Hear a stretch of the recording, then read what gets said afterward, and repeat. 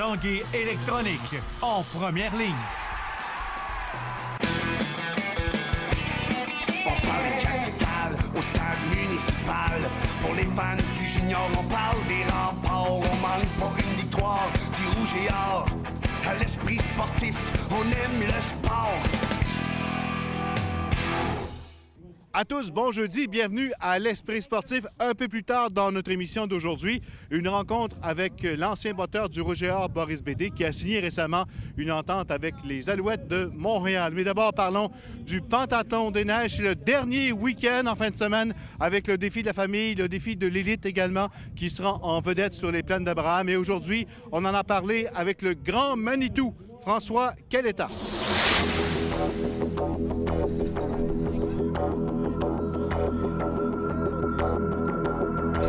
10 secondes avant le départ, 10 secondes.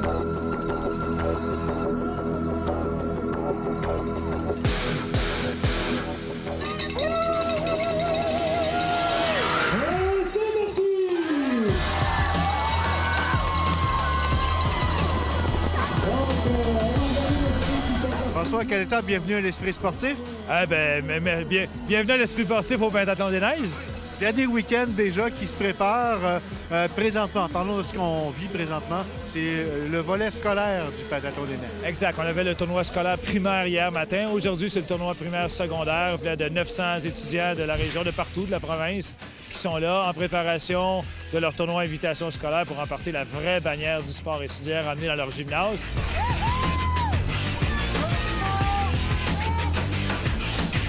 Donc, sur les week-ends qui sont déjà passés, parce que ça dure presque un mois, le pentathlon des neiges, il y a eu entre autres le fameux triathlon qui était le gros événement du pentathlon.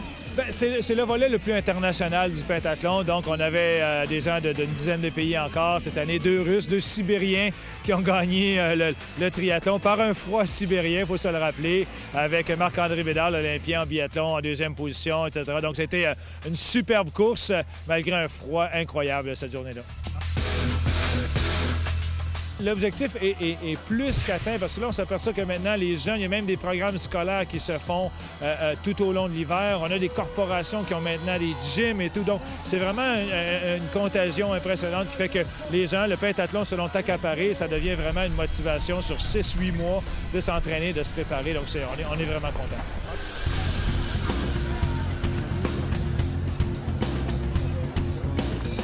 C'est impressionnant de voir tous ces jeunes au rendez-vous aujourd'hui pour faire du pentathlon. Je trouve ça très encourageant, en fait.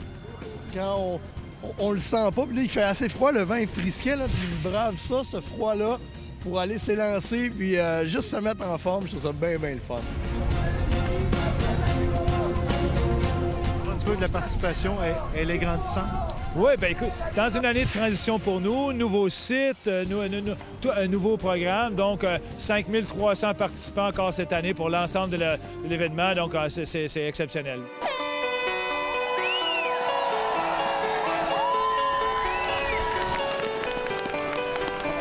Chaque année, il y a de la croissance. C'est pour ça qu'avec le déménagement sur le nouveau site, maintenant, on est prêt à se rendre jusqu'à 7000 participants, qui est notre objectif d'ici 3 ans. Ça convient bien, ce nouveau site?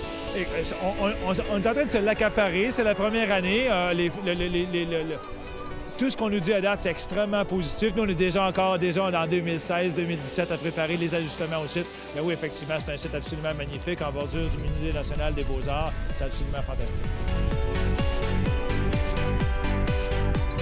Du week-end qui s'en vient, les familles en vedette, l'élite également. Exact. Oui, l'élite s'en vient. On a les 2 champions du monde de raquettes qui ont participé dans les dernières semaines, qui seront au départ, qui vont tenter de remporter leur premier pentathlon des neiges élite.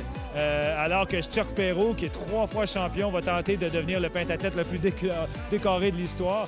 Mais le spectacle à voir, à ne pas rater, c'est vraiment dimanche après-midi, le relais équipe. C'est exceptionnel, les participants. C'est 5 élites dans chaque sport qui se relient pour faire une course. Prendre part à une des épreuves? Oh oui, moi, je prends le court distance avec ma sœur. Là, mes enfants, ma blonde, ils viennent me rejoindre. On va faire celui en famille. Fait que toute la gang, là, ils n'ont pas le choix. On n'a pas le choix, on est tous sur le gros nerf. Qu'est-ce qu'on voit pour l'avenir? Ben, le grand thème du pentathlon, c'est l'accessibilité. Donc là, on touche bien le primaire, le secondaire, on touche les familles, tout ça. On se le cache pas, on travaille sur un projet avec les gens de la FADOC.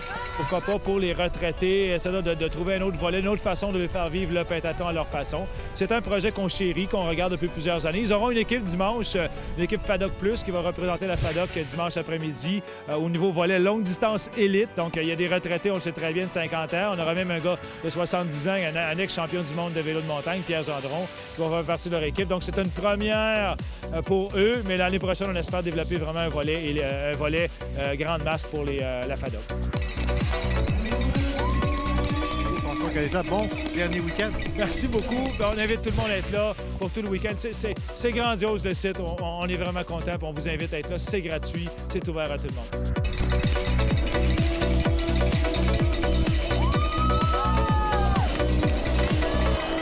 Après la pause, le nouveau joueur des Alouettes de Montréal, Boris Bédé. On revient dans 3 minutes 30.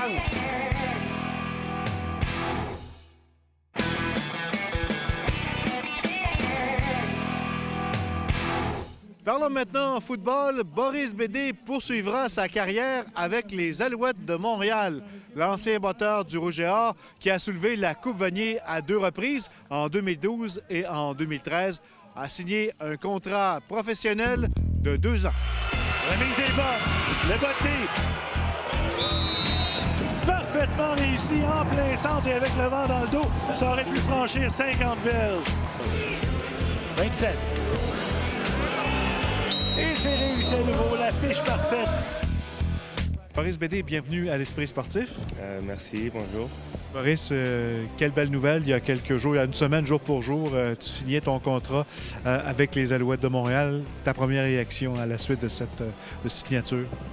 Vraiment très honoré et vraiment chanceux d'avoir la chance et l'opportunité de me rendre au niveau professionnel avec les Alouettes de Montréal.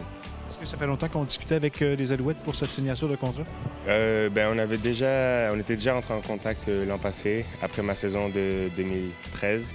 Et ça s'est pas fait, mais cette année maintenant, j'avais fini mon année d'éligibilité avec l'Université Laval, donc il fallait que je prenne le premier pas et mon agent s'est occupé de tout ça pour la négociation de contrat avec les Alouettes. 12 verges. C'est même pas un échauffement pour BD. Un autre. Pour toi, c'est un rêve qui se réalise encore plus dans ta carrière? Il n'est pas encore réalisé, mais c'est sûr que c'est une marche plus proche de où est-ce que je voulais me rendre en tant que joueur de football. Fait que oui, c'est vrai, c'est un rêve, c'est toujours un rêve, c'est sûr. J'ai eu l'occasion de discuter évidemment avec Jim Pop concernant ton utilisation dès la saison prochaine. Est-ce qu'il y en a été question? On n'en a pas vraiment parlé, mais je sais que à voir comment est-ce que ça marche aux Alouettes, je pense qu'ils vont vouloir embaucher un botteur qui va faire les trois, donc botteur d'engagement, de précision et de dégagement. Et c'est ce que je m'entraîne pour faire en ce moment pendant leur saison. Je ne pouvais pas demander mieux. Montréal était vraiment le numéro 1 que je voulais avoir à la base pour me rendre et jouer au football. Et je suis vraiment heureux d'avoir eu Montréal comme réponse. Et c'est sûr, faut botter, s'entraîner, regarder les vidéos. Je m'entretiens avec mon coach de botteur, Steve Wolf, qui est aux États-Unis. Je botte 3 à 4 fois par semaine. Je m'entraîne avec les gars qui se préparent pour les combines, pour les e-camps aussi. Donc au niveau musculaire, ça va être ça. Et au niveau beauté, ça va être plus avec coach Wolf et sur les vidéos. Et réussi à nouveau. 15 en 15 depuis le début de la saison pour Boris Bédé. Qu'est-ce que tu vas retenir de ton passage ici avec le Rouge et Or? Ça a été 4 ans d'évolution et de progression. J'ai beaucoup appris.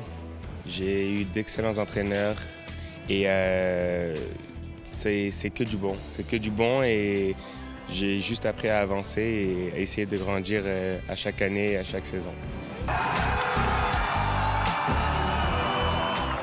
Tes meilleurs moments avec l'équipe? C'est sûr que les meilleurs moments, ça va être les coups vaniers, c'est sûr, mais je pense qu'il y a plus d'autres moments spéciaux. Juste la cohésion, l'entente, les amis qui en sont devenus une famille Et vraiment aussi les partisans. Les partisans ont vraiment eu aussi un gros impact, veux pas, sur l'accueil. Et je me suis retrouvé comme à la maison à Québec.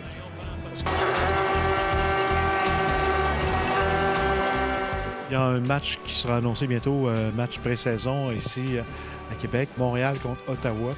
Est-ce que tu aimerais ça être de ce match-là? Bien, c'est sûr qu'on en rêve et je sais pas si c'est encore officiel, mais à y avoir pensé et dire que c'était peut-être mon dernier match à l'Université Laval, c'est sûr que ça change, puis ça remonte des émotions, puis ça pourrait vraiment être gros, mais encore une fois, c'est pas faisable si je fais pas l'équipe. Donc réalistiquement, il faut déjà que c'est vraiment ça. La première étape, ça va être de me rendre et faire l'équipe. Puis après ça, on envisagera, on verra ce qui va se passer. Je te souhaite bonne chance avec les Alouettes de Montréal, Boris. Merci beaucoup. L'organisation de la Coupe Memorial qui aura lieu à Québec du 22 au 31 mai prochain est à la recherche de joueurs de l'édition 1970-71 qui ont remporté la Coupe Memorial en prévision d'une cérémonie d'avant-match qui aura lieu le 23 mai et qui leur rendra hommage. Il suffit de contacter le Bureau des Remparts au 525-1212.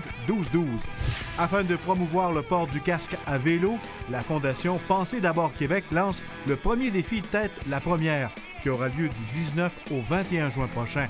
Plus de 60 cyclistes rouleront 550 km et amasseront des fonds qui serviront à l'implantation de programmes éducatifs. Une soixantaine de cyclistes au total, là. 4 pelotons, environ de 15 cyclistes, parce qu'évidemment, ils ne roulent pas tous à la même vitesse. Alors, pendant qu'eux roulent, il se passe parallèlement à ça une tournée de 10 municipalités où se fait la sensibilisation au port du casque de vélo. Moi, ce qui m'intéresse, c'est de faire la promotion du casque de vélo. Et ça fonctionne aussi parce qu'on voit qu'il y a de plus en plus de gens qui portent le casque de vélo. Mais il y a encore un noyau dur là, de 30 % à peu près qui ne le portent pas.